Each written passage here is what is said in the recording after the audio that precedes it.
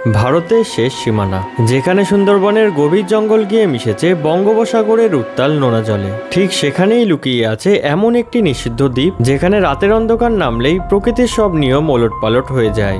স্থানীয় জেলেরা বলেন, গভীর রাতে এই দ্বীপের খাড়িতে জলের ওপর ভেসে বেড়ায় এক অদ্ভুত নীলচে হলুদ আলোর গোলক, যা দেখলে নাকি মানুষের মগজ কাজ করা বন্ধ করে দেয়। বছরের পর বছর ধরে এই আলো বহু জেলের প্রাণ কেড়ে নিয়েছে। কিন্তু কি এই আলো? সুন্দরবনের আদিম কোনো অতৃপ্ত আত্মা, নাকি এর পেছনে লুকিয়ে আছে বিজ্ঞানের এমন এক অকাট্য সত্য যা শুনলে হয়তো আপনার গায়ের লোম খাড়া হয়ে যাবে? আজ আমরা কথা বলবো সুন্দরবনের অন্যতম রহস্যময় স্থান কেয়াদখালী দ্বীপ এবং আলেয়ার নিষিদ্ধ আলো নিয়ে। সুন্দরবনের কোর এরিয়ার একদম শেষ প্রান্তে অবস্থিত এই কেয়াদখালী দ্বীপ সাধারণ ট্যুরিস্টদের জন্য এই দ্বীপে যাওয়া সম্পূর্ণ নিষিদ্ধ। এই দ্বীপের আশেপাশের খাড়িগুলো যেমন মৎস্যজীবীদের জন্য উপার্জনের জায়গা, তেমনই এক আতঙ্কের নাম।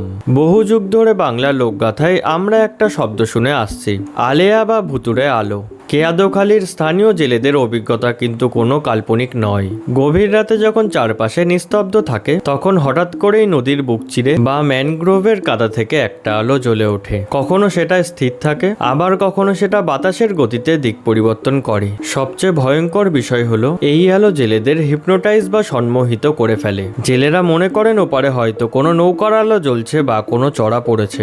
আলোর পিছু নিতে নিতে তারা কোয়ারেন্টাইন বা নিষিদ্ধ জোনের এমন এক গোলক ধাঁধায় হারিয়ে যান, যেখান থেকে আর কোনোদিন তারা ফিরে আসেন না।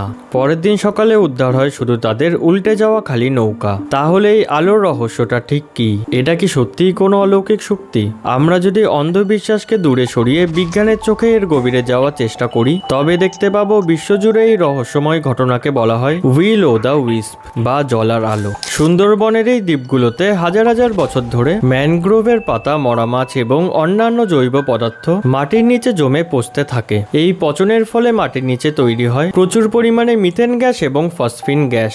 যখন জোয়ার ভাটার কারণে বা মাটির টেকটনিক পরিবর্তনের ফলে এই গ্যাসগুলো জলের ওপরে চলে আসে, তখন ফসফিন গ্যাস বাতাসে অক্সিজেনের সংস্পর্শে আসা মাত্রই নিজের থেকেই জ্বলে ওঠে। যেহেতু মিথেন অত্যন্ত দাহ্য গ্যাস, তাই ফসফিনের সেই ছোট আগুন পুরো মিথেন গ্যাসকে জ্বালিয়ে দেয়। আর রাতের অন্ধকারে দূর থেকে দেখলে মনে হয় একটা আলোর গোলক বাতাসে ভেসে বেড়াচ্ছে। বাতাসের টানে গ্যাস যেভাবে নড়াচড়া করে, আলোটাও ঠিক সেভাবে এগোতে বা পেছাতে থাকে। বিজ্ঞান হয়তো গ্যাসের এই তত্ত্ব দিয়ে আলো জ্বলে ওঠাকে প্রমাণ করতে পেরেছে, কিন্তু একটা প্রশ্নের উত্তর আজও মেলেনি। সেটা হলো, সুন্দরবনের শত শত দ্বীপের মধ্যেও কেন এই কেয়াদখালী বা ভারত বাংলাদেশ সীমান্তের এই নির্দিষ্ট পকেটগুলোতেই আলেয়ার প্রকোপ সবচেয়ে বেশি? কেন বিজ্ঞান জানার পরেও আজও গভীর রাতে অভিজ্ঞ জেলেরা এই আলোর সামনে পড়লে দিগ্ভ্রান্ত হয়ে যান? বিজ্ঞান এবং স্থানীয় বাসিন্দারা এই ঘটনাকে যাই বলুন না কেন, সুন্দরবনের এই নির্দিষ্ট দ্বীপটি আজও তার রহস্য বুকে নিয়ে ভারত মহাসাগরের কোলে শান্ত হয়ে দাঁড়িয়ে আছে।